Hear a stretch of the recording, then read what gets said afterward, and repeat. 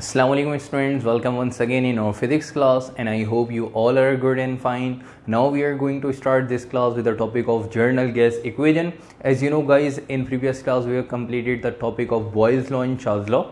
Alright, so now we are going to start this class with the topic of general gas equation with a combination of Boyle's law and Charles law. Alright, तो Boyle's law और Charles law के बाद हम general gas equation की तरफ जा रहे हैं. जनरल गैस इक्वेशन क्या है ज़रा देख लीजिएगा कि जनरल गैस इक्वेशन आपके पास पी वी इक्वल्स टू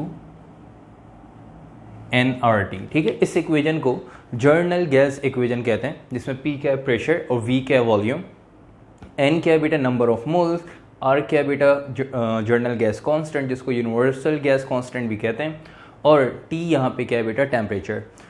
तो बेसिकली ये जर्नल गैस इक्वेशन क्या है, ये जर्नल गैस इक्वेशन हम क्यों पढ़ते हैं, इस वजह से कि अगर हमें वॉल्यूम टेम्परेचर और प्रेशर इन तीनों में एक साथ अगर वेरिएशन आ रही हो, इन तीनों को एक साथ स्टडी करना हो, तो इस वजह से जर्नल गैस इक्वेशन हम पढ़ते हैं. ठीक है, क्योंकि इससे पहले आपने जो टॉपिक पढ़ा बॉयज़ लॉ के अंदर आपने प्रेशर और वॉल्यूम का रिलेशन पढ़ा और वहाँ पे टेम्परेचर क्या था कांस्टेंट. चार्ल्स लॉ में चार्ल्स ने क्या रिलेशन दिया कि भाई अगर प्रेशर कांस्टेंट हो तो वॉल्यूम और टेम्परेचर डायरेक्टली प्रोपोर्शनल है.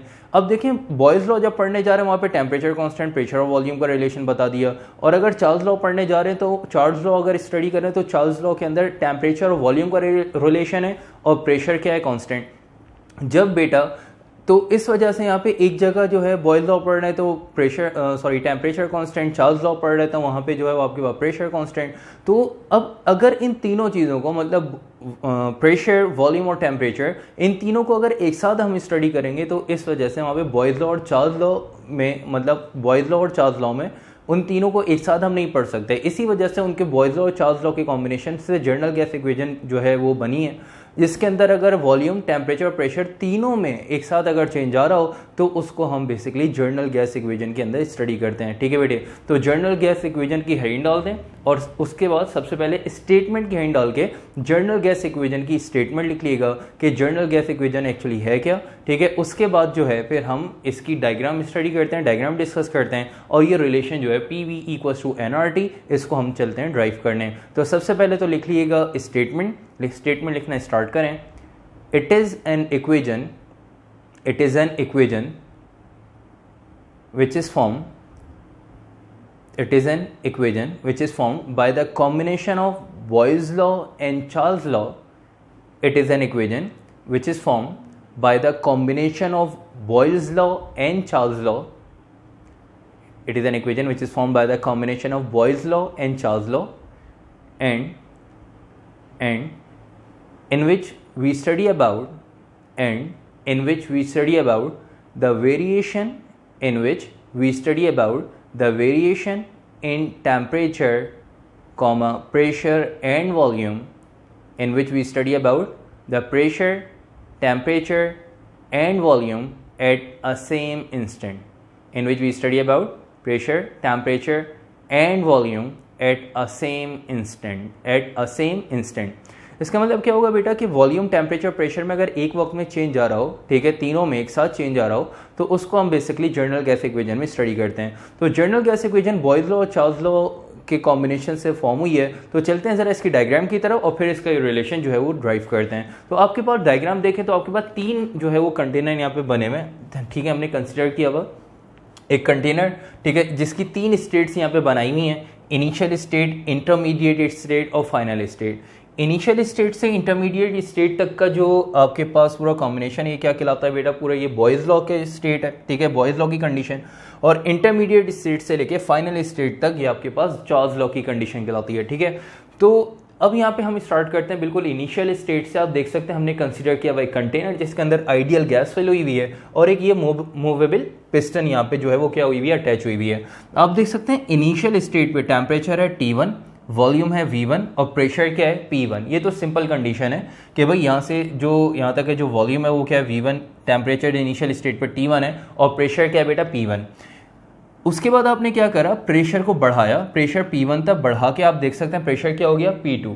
जैसे ही प्रेशर बढ़ाया पिस्टन मूव करते हुए कहाँ चली गई, नीचे, डाउनवर्ड. जैसे ही पिस्टन मूव करते हुए नीचे आई तो देखें वॉल्यूम V1 से कम होके क्या हो गया V हो गया. वॉल्यूम V1 था, कम होके क्या हो गया V. यहाँ पे V2 कंसीडर नहीं करेंगे क्योंकि यहाँ पे आप देख सकते हैं 3 स्टेट हैं, इस वजह से आपने बोला कि वॉल्यूम पहले V1 था, कम होके क्या हो गया, V हो गया। सही है। अच्छा, अब क्योंकि यहाँ से इनिशियल स्टेट से इंटरमीडिएट स्टेट तक क्या अप्लाई हो रहा है बेटा, बॉयज लॉ, और बॉयज लॉ के अकॉर्डिंग टेम्परेचर क्या होता है, कांस्टेंट। पहले टेम्परेचर T1 था, आप देख सकते हैं इंटरमीडिएट स्टेट पे भी टेम्परेचर क्या है, T1 ही है। ठीक है, पहले टेम्परेचर T1 था, आपने प्रेशर बढ़ाया, प्रेशर बढ़ाने से पिस्टन मूव करते हुए नीचे आई, वॉल्यूम V1 से कम होके V1 से कम होके क्या हो गया बेटा, V हो गया। लेकिन टेम्परेचर पहले T था, तो temperature according to the Boyle's law constant रहता है, इस वजह से टेम्परेचर T1 था।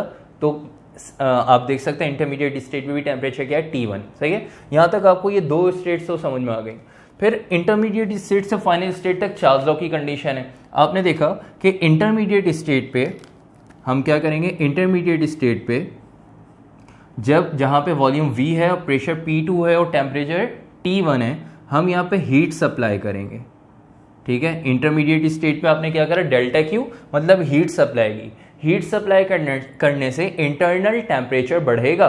ठीक है, और टेम्परेचर बढ़ने से मॉलिक्यूल्स की मूवमेंट मतलब काइनेटिक एनर्जी बढ़ेगी, इंटरनल प्रेशर बढ़ेगा, जिसकी वजह से ये पिस्टन जो है वो मूव करते हुए वापस ऊपर चली आएगी। आपने देखा पिस्टन मूव करते हुए वापस ऊपर चली गई। ठीक है, ये आपके पास है फाइनल स्टेट। जब आपने हीट सप्लाई की, तो हीट सप्लाई करने से जो टेम्परेचर T1 था इंटरमीडिएट स्टेट पे, टेम्परेचर क्या है, T1, तो हीट सप्लाई करने से इंटरनल टेम्परेचर बढ़ेगा, टेम्परेचर T1 से बढ़ के क्या हो जाएगा बेटा, T2 हो जाएगा। सही है। अब इंटरमीडिएट स्टेट से फाइनल स्टेट तक चार्ल्स लॉ की कंडीशन है, तो बेटा चार्ल्स लॉ की कंडीशन के अकॉर्डिंग चार्ल्स लॉ में क्या होता है बेटा, प्रेशर कांस्टेंट रहता है। तो पहले जो प्रेशर इंटरमीडिएट स्टेट पे P2 था, ठीक है, आपने हीट सप्लाई करके जैसे ही जो है पिस्टन को मूव कराते ऊपर लेके गए, तो प्रेशर पे कोई फर्क नहीं पड़ेगा, प्रेशर पहले P2 था, तो यहाँ पे फाइनल स्टेट पे भी आपके पास P2 ही रहेगा, प्रेशर पे कोई इंपैक्ट नहीं आएगा। हीट सप्लाई की, पिस्टन मूव करते ऊपर चली गई, प्रेशर यहाँ पे P2 था, तो फाइनल स्टेट ये P2 रहेगा, क्योंकि इंटरमीडिएट स्टेट से फाइनल स्टेट तक चार्ल्स लॉ की कंडीशन अप्लाई हो रही है। सही है बेटे। उसके बाद हमने क्या देखा कि भाई जो टेम्परेचर T1 था, हीट सप्लाई करने से क्या हो गया, T2। जैसे ही हीट सप्लाई की तो पिस्टन मूव करते ऊपर गई, तो वॉल्यूम जो V था, ठीक है, ये बढ़ के क्या हो जाएगा बेटा, ये बढ़ के हो जाएगा V2 हो जाएगा, ये बढ़ के क्या हो जाएगा बेटा, V2 हो जाएगा। सही है बेटे, बात समझ में आई। जो वॉल्यूम V था, हीट सप्लाई की, पिस्टन मूव करते ऊपर चली गई, जब पिस्टन मूव करते ऊपर गई तो वॉल्यूम बढ़ के क्या हो गया, V2 हो गया। इन तीनों को एक साथ कंसीडर नहीं करना है, इन तीनों को अलग अलग स्टेट, मतलब पहले हम इनिशियल और इंटरमीडिएट स्टेट की बात करेंगे फर्स्ट स्टेप में, तो यहाँ पे बॉयज लॉ की कंडीशन अप्लाई हो रही है। फिर इंटरमीडिएट स्टेट से फाइनल स्टेट की बात करेंगे तो वहाँ पे चार्ल्स लॉ की कंडीशन अप्लाई हो रही है। अगर आप इस डायग्राम को कंसीडर नहीं करते, फॉर एग्जाम्पल स्टार्टिंग में अगर हम बात करते हैं, तो इस डायग्राम को अगर कंसीडर नहीं करें तो ये 2 डायग्राम आपको बिल्कुल बॉयज लॉ की कंडीशन बता रही है। जिस तरह से हमने बॉयज लॉ में डायग्राम देखी कि भाई टेम्परेचर T1, प्रेशर जो है वो P1 और वॉल्यूम क्या है V1। टेम्परेचर क्योंकि वहाँ पे कांस्टेंट रहता है, इस वजह से हम T1 और T2 नहीं कहते हैं वहाँ पे। ठीक है, तो आप क्या करते हैं, प्रेशर बढ़ाते हैं, पिस्टन मूव करते हैं, नीचे आ जाती है, वॉल्यूम V1 से कम होकर क्या हो जाता है, V2। ठीक है, और टेम्परेचर जो है वो कांस्टेंट रहता है, प्रेशर बढ़ के क्या हो जाएगा, P2। फिर आप क्या करते हैं, चार्ल्स लॉ की कंडीशन देखें। ठीक है, अब ये डायग्राम को भूल जाएं, थोड़ी देर के लिए एज्यूम कर लें ये डायग्राम नहीं है, और इन 2 डायग्राम को कंसीडर करें, तो इन 2 डायग्राम के अकॉर्डिंग आप देख सकते हैं ये चार्ल्स लॉ की इनिशियल स्टेट होगी, ये फाइनल स्टेट। चार्ल्स लॉ की इनिशियल स्टेट पे क्या होता है, प्रेशर कांस्टेंट रहता है, तो प्रेशर को पी लेते हैं, वॉल्यूम क्या होता है, V1। ठीक है, और टेम्परेचर क्या होता है, T1। हीट सप्लाई करते हैं, वॉल्यूम V1 से बढ़ के क्या हो जाता है, V2, और टेम्परेचर T1 से बढ़ के क्या हो जाता है, T2, प्रेशर क्या होता है, कांस्टेंट। ये तो आपने बॉयज लॉ, चार्ल्स लॉ के अंदर स्टडी किया, लेकिन यहाँ पे आपने जो है वो दोनों स्टेट्स को, मतलब बॉयज लॉ और चार्ल्स लॉ, दोनों लॉज को, दोनों जो गैस लॉज हैं, इनको आपने क्या करना है, एक साथ यहाँ पे पढ़ना है, लेकिन एक एक स्टेप बाय स्टेप जो है वो हम पढ़ेंगे। पहले हम इन दोनों स्टेट, मतलब इनिशियल स्टेट और इंटरमीडिएट स्टेट को मिला के बॉयज लॉ स्टडी करेंगे। फिर इंटरमीडिएट स्टेट से फाइनल स्टेट तक का जो स्टेप है, इसके अंदर हम चार्ल्स लॉ की इक्वेशन यूज़ करेंगे, चार्ल्स लॉ का रिलेशन जो है बेसिकली यहाँ पे यूज़ करेंगे।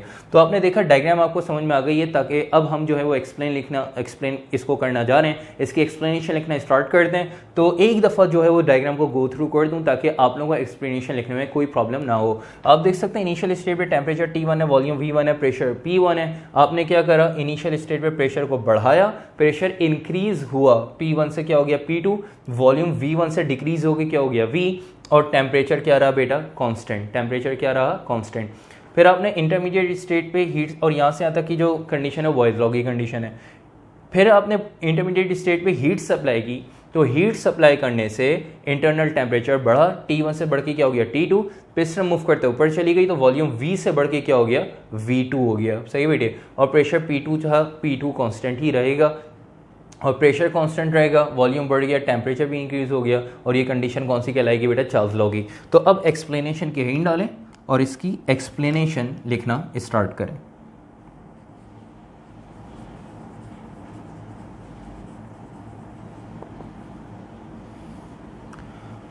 ठीक है बेटा, एक्सप्लेनेशन लिखना स्टार्ट करें।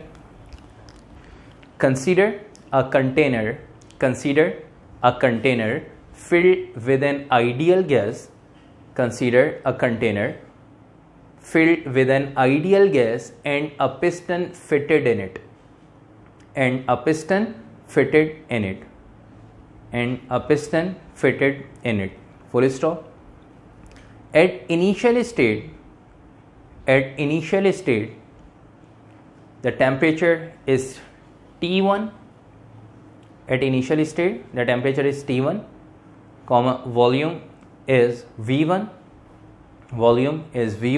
capital V, volume is V1, and applied pressure is considered as P1, and applied pressure is considered as P1, and applied pressure is considered as P1. Alright, applied pressure is considered as P1, full stop. उसके बाद when we apply some pressure at initial state, the piston is moving downward. When we apply some pressure at initial state, the piston is moving downward. It means that volume is decreased. And temperature remains constant. ठीक है, temperature remains constant. Volume is decreased and temperature remains constant.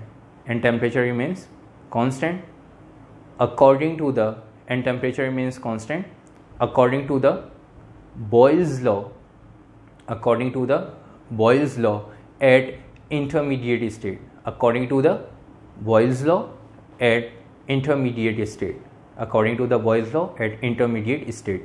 Full stop. फिर next paragraph से लिखना start करें। When we supply some amount of heat at intermediate state,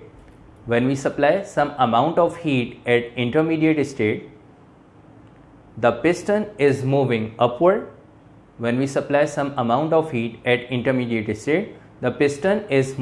upward. It means that volume and temperature are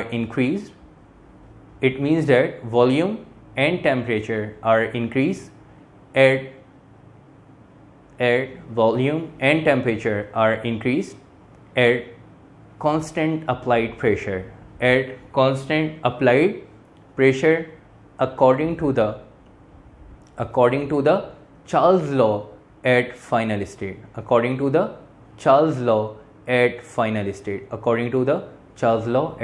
state. Full stop. यहाँ तक आके explanation बेटा इसकी हो गई कंप्लीट। एक्सप्लेनेशन के बाद अब हम चलते हैं रिलेशन को ड्राइव करने। तो एक्सप्लेनेशन के बाद अब हेडिंग डाल दी गई बेटा डेरिवेशन की, ठीक है।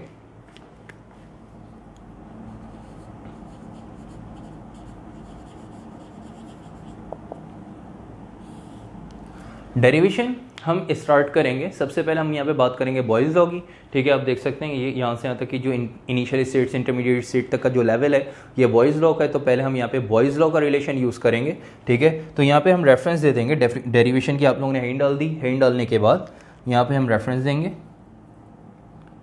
From combined relation of Boyle's law.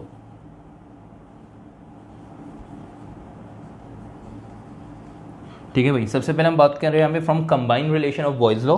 और बॉयज़ लॉ का कंबाइंड रिलेशन अगर आप लोगों को याद हो तो बॉयज़ लॉ का कंबाइंड रिलेशन क्या था बेटा, कि P1 V1 बराबर है किसके, P2 V2 के।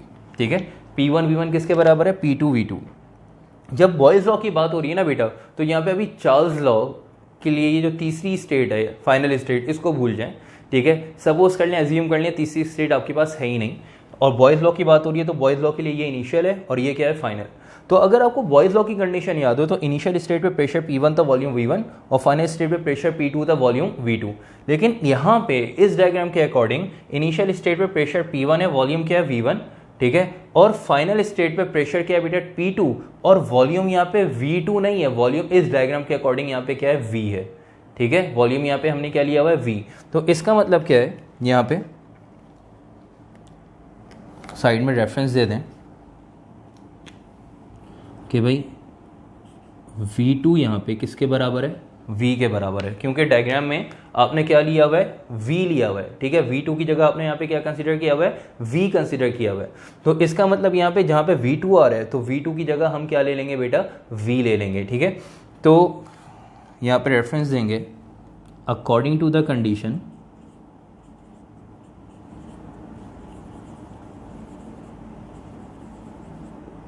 अकॉर्डिंग टू द कंडीशन के अकॉर्डिंग V2 की जगह क्या आ जाएगा बेटा, V2 की जगह क्या आ जाएगा, V।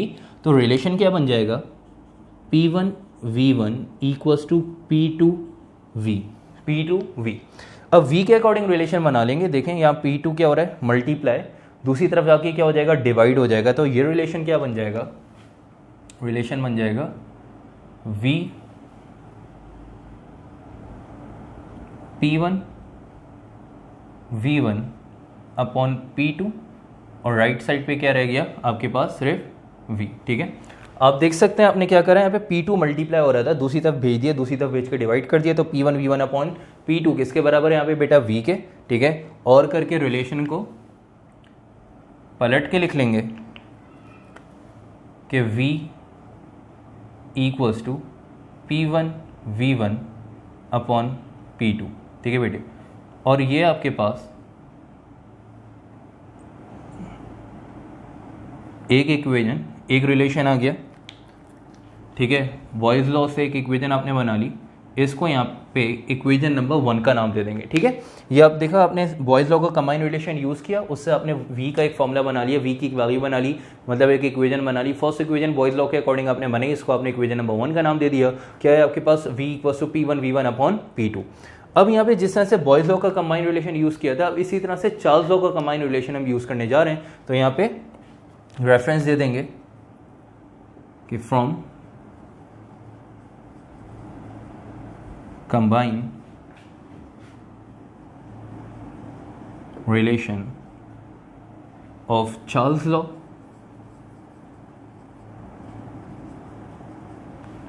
और चार्ल्स लॉ का कंबाइंड रिलेशन क्या था बेटा,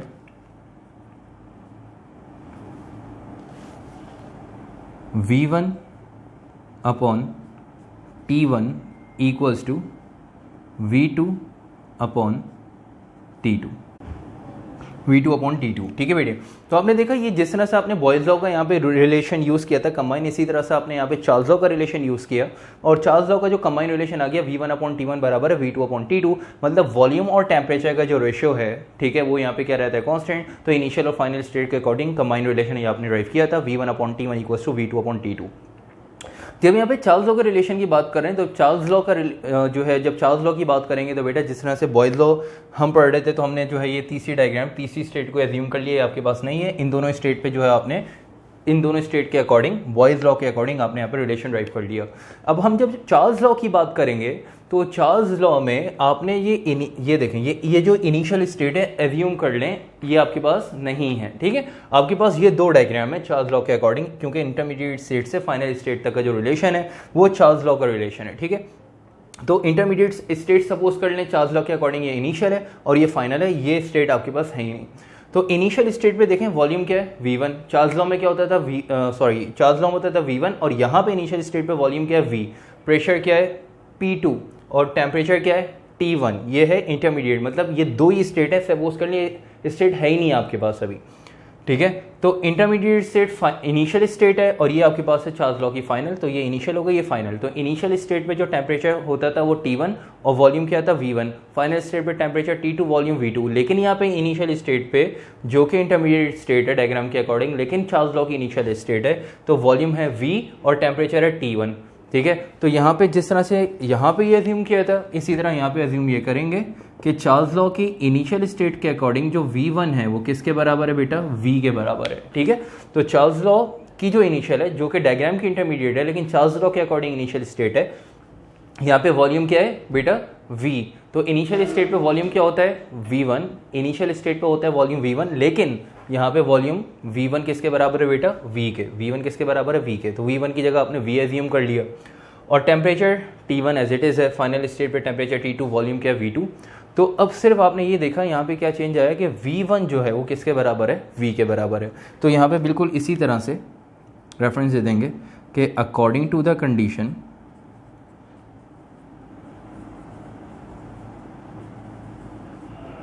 अकॉर्डिंग टू द कंडीशन, तो कंडीशन के अकॉर्डिंग रिलेशन क्या बन जाएगा बेटा, V1 की जगह क्या आ जाएगा, V, मतलब V अपॉन T1 बराबर है V2 अपॉन T2 के, V2 अपॉन T2, ठीक है बेटे। तो V अपॉन T1 बराबर है V2 अपॉन T2। आप देख सकते हैं यहाँ पे T1 नीचे डिवाइड हो रहा है, दूसरी तरफ जाके क्या हो जाएगा, मल्टीप्लाई हो जाएगा। T1 नीचे डिवाइड हो रहा है, दूसरी तरफ जाके मल्टीप्लाई, तो वॉल्यूम का रिलेशन आ जाएगा V equals two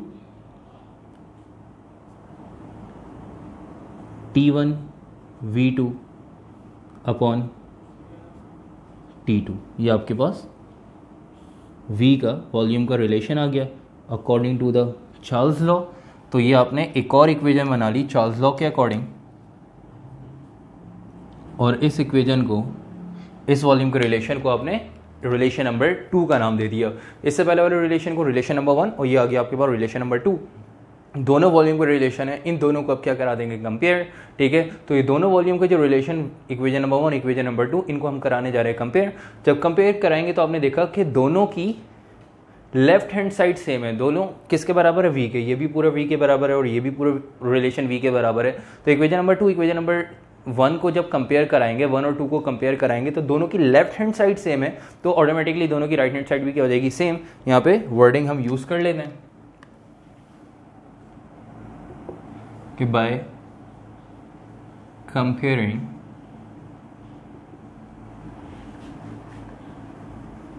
equation number 1 and equation number 2। तो इक्वेशन नंबर 1 और इक्वेशन नंबर 2 को हम कराने जा रहे हैं कंपेयर। दोनों की लेफ्ट हैंड साइड सेम है, तो दोनों की राइट हैंड साइड भी सेम हो जाएगी। आप देख सकते हैं रिलेशन क्या बन जाएगा कि P1 V1 अपॉन P2 ये बराबर है किसके, T1 V2 upon T2, T1 V2 upon T2, ठीक है बेटा। तो P1 V1 अपॉन P2 ये बराबर हो जाएगा T1 V2 अपॉन T2, ठीक है। आपने इन दोनों इक्वेशन नंबर 1 और इक्वेशन नंबर 2, इन दोनों रिलेशन को आपने कर दिया यहाँ पे कंपेयर। कंपेयर करने के बाद ये आपके पास रिलेशन आ गया। अब आप इनिशियल और फाइनल स्टेट के अकॉर्डिंग इनको जो है वो अलग कर लेंगे। किस तरह से इसको अरेंज कर लेंगे, आप देख सकते हैं P1 V1 अपॉन P2 है, T1 V2 अपॉन T2 है, तो यहाँ पे P2 आ रहे हैं, यहाँ पे T1, इनको करा देंगे cross multiply. Cross multiply, P2 नीचे डिवाइड हो रहा है, ऊपर जाके मल्टीप्लाई, T1 यहाँ पे मल्टीप्लाई हो रहा है, नीचे आके क्या हो जाएगा, डिवाइड हो जाएगा।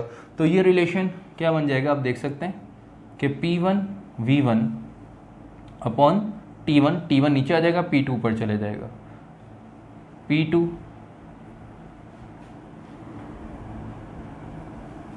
V2 अपॉन T2, ठीक है बेटे। ये आपने रिलेशन बना लिया इनिशियल और फाइनल स्टेट के अकॉर्डिंग।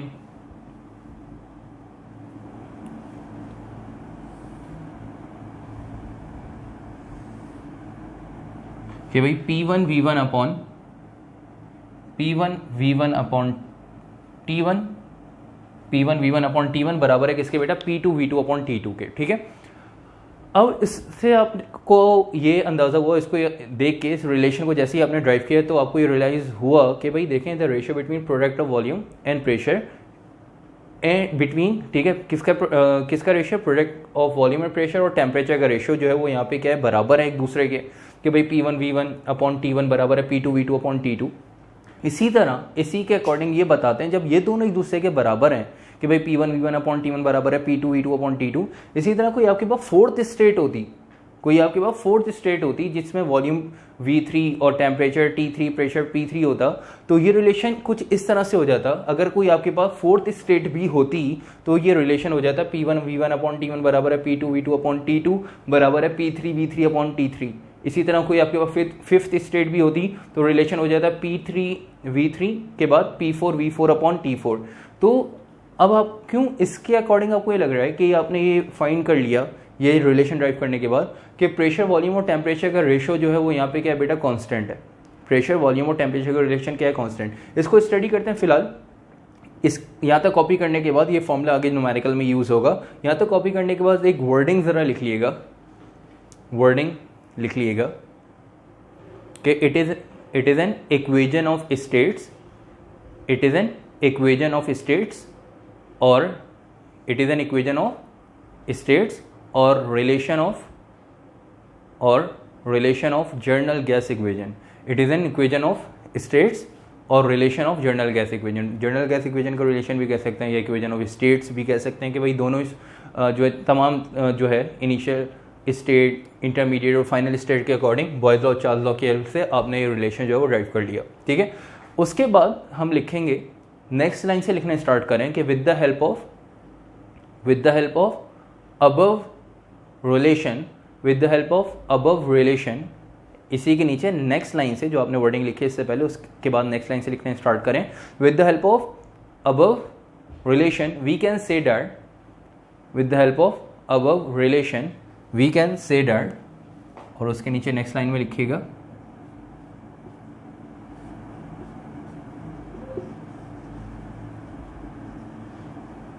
कि PV upon T equals to constant, PV upon T equals to constant, ठीक है बेटा। तो आपने लिखा कि with the help of above relation we can say that PV upon T equals to constant, मतलब प्रेशर वॉल्यूम और टेम्परेचर किसके बराबर है, प्रेशर वॉल्यूम और टेम्परेचर का जो रेशियो है, ठीक है, वो किसके बराबर है बेटा, कांस्टेंट के बराबर है, मतलब वो कांस्टेंट है।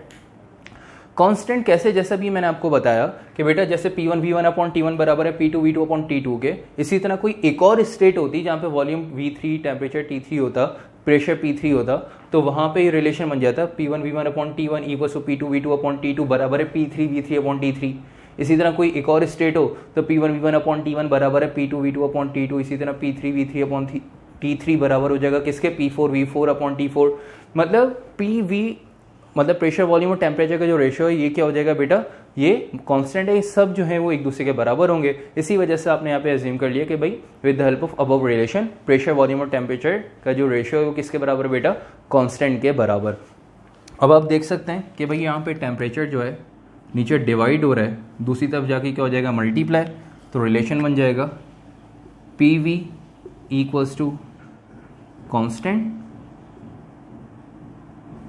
इंटू T, ठीक है बेटा। और जो कांस्टेंट है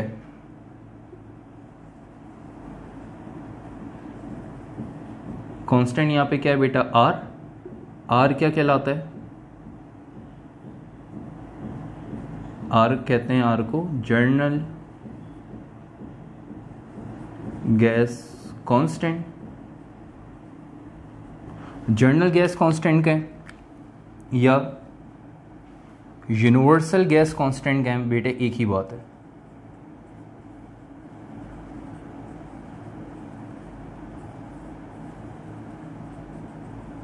ठीक है बेटे, तो R क्या है, जर्नल गैस कांस्टेंट या यूनिवर्सल गैस कांस्टेंट, और इसकी वैल्यू क्या है देख लिएगा, ये कांस्टेंट है तो इसकी वैल्यू है 8.314 जूल पर मोल इंटू कैल्विन। ठीक है बेटे, तो 8.314 जूल पर मोल इंटू कैल्विन, ये आपके पास जर्नल गैस कांस्टेंट मतलब R की वैल्यू है। ठीक है, तो अब यहाँ पे कांस्टेंट वापस आते हैं रिलेशन की तरफ, तो कांस्टेंट जो है वो क्या आ जाएगा, कांस्टेंट की जगह क्या आ जाएगा R, और ये T as it is, PV equals to RT, ठीक है। और PV इक्वल्स टू RT आपने बेसिक रिलेशन ड्राइव कर लिया, ठीक है, जर्नल गैस इक्वेशन का। फिर यहाँ पे अगर हम बात करते हैं फॉर 1 मोल ऑफ गैस,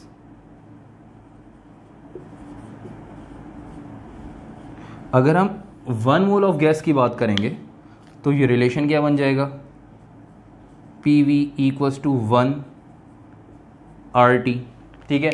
इसी तरह 2 मोल ऑफ गैस की बात करते हैं फॉर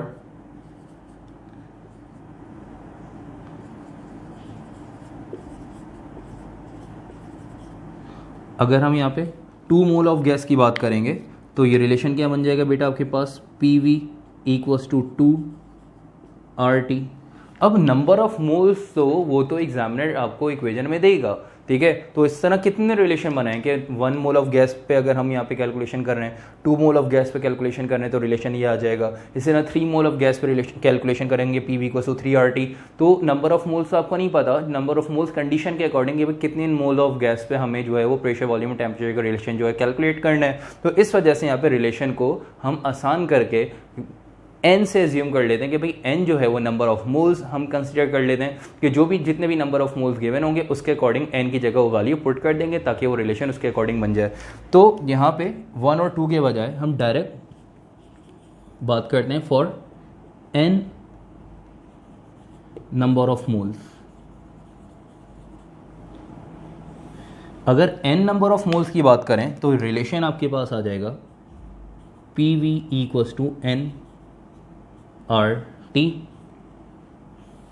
और ये आपने जर्नल गैस इक्वेशन का रिलेशन फाइनली ड्राइव कर लिया, ठीक है। जर्नल गैस इक्वेशन आपने फाइनली ड्राइव कर ली, PV इक्वल्स टू NRT, ठीक है बेटे। तो यहाँ तक आके आप लोगों का ये टॉपिक जर्नल गैस इक्वेशन का टॉपिक कंप्लीट हो गया। जर्नल गैस इक्वेशन आप लोगों ने ड्राइव कर ली, PV इक्वल्स टू NRT। इसी से रिलेटेड जो गैस लॉज मतलब boys law, Charles law, journal gas equation का टॉपिक पढ़ा, तो इससे रिलेटेड एग्जाम्पल जो है वो आपके पास आई हुई है बुक में। तो वो एग्जाम्पल चलते हैं सॉल्व करने। उस एग्जाम्पल को सॉल्व करने के बाद क्लास जो है वो एंड करेंगे इंशाल्लाह। नेक्स्ट टॉपिक जो है वो नेक्स्ट क्लास से स्टार्ट करेंगे। तो पेज नंबर 12 ज़रा ओपन कर लीजिएगा बुक का। एग्जाम्पल नंबर 11.3 हम स्टार्ट करने जा रहे हैं। एग्जाम्पल 11.3 पढ़ने जा रहे हैं।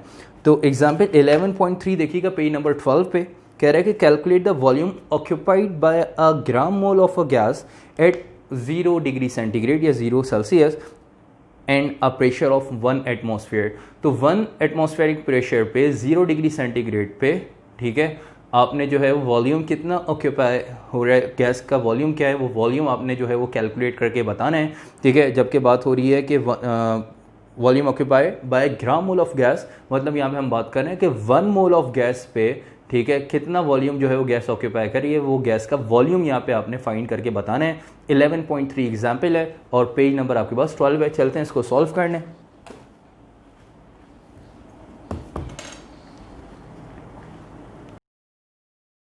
अच्छा बेटा देख लीजिएगा एग्जाम्पल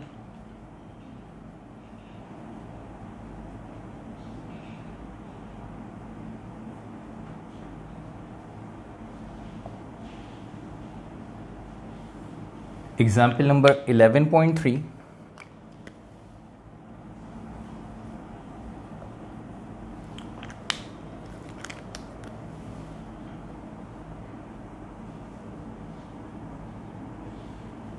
पेज नंबर आपके पास 12 है। पहले हम बनाएंगे इसका data.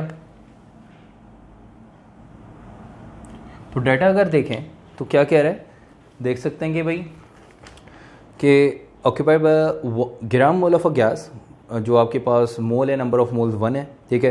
Eight 0 degree centigrade temperature जो है वो 0 डिग्री सेंटीग्रेड है। इसके अंदर 273 ऐड करा देंगे तो आपके पास केल्विन में कन्वर्ट हो जाएगा। और प्रेशर जो है वो आपके पास 1 एटमॉस्फेयर है। देख सकते हैं बेटा कि आपके पास जो है बात करते हैं टेम्परेचर की, तो temperature 0 degree centigrade, pressure 1 atmosphere,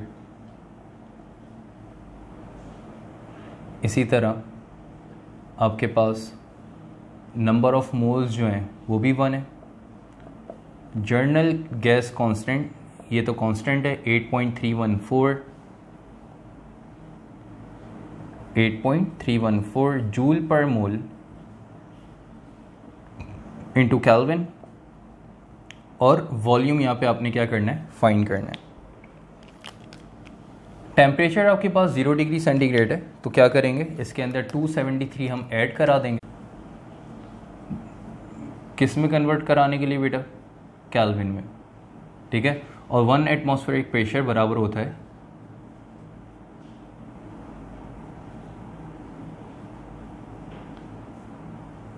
ठीक है, तो 1 एटमॉस्फेरिक प्रेशर किसके बराबर है, 1.01 10⁵ न्यूटन पर मीटर स्क्वायर।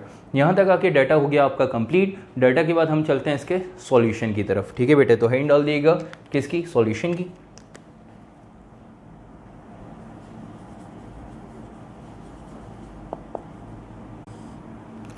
अच्छा बेटा, सॉल्यूशन की आप लोगों ने हेडिंग डाल दी। आप देख सकते हैं आपके पास जो डाटा है, टेम्परेचर आपने कन्वर्ट कर लिया है, ठीक है। टेम्परेचर आपके पास क्या आ गया है, 273 केल्विन। प्रेशर आपके पास जो है वो ऐसे यूनिट में आपने इसको कन्वर्ट कर लिया है, ठीक है। 1.01 एक्सपोनेंट 5 न्यूटन पर मीटर स्क्वायर, 1 एटमॉस्फेयर है, तो 1 एटमॉस्फेरिक प्रेशर इसके बराबर है, ठीक है। ये आप पहले ही पढ़ चुके हैं। और नंबर ऑफ मोल्स यहाँ पे बता रहे हैं 1 ही है, ठीक है। जर्नल गैस कांस्टेंट ये गिवन नहीं था, लेकिन आपको पता है इसकी वैल्यू कांस्टेंट हमने पढ़ चुके हैं कि 8.314 जूल पर मोल इनटू केल्विन।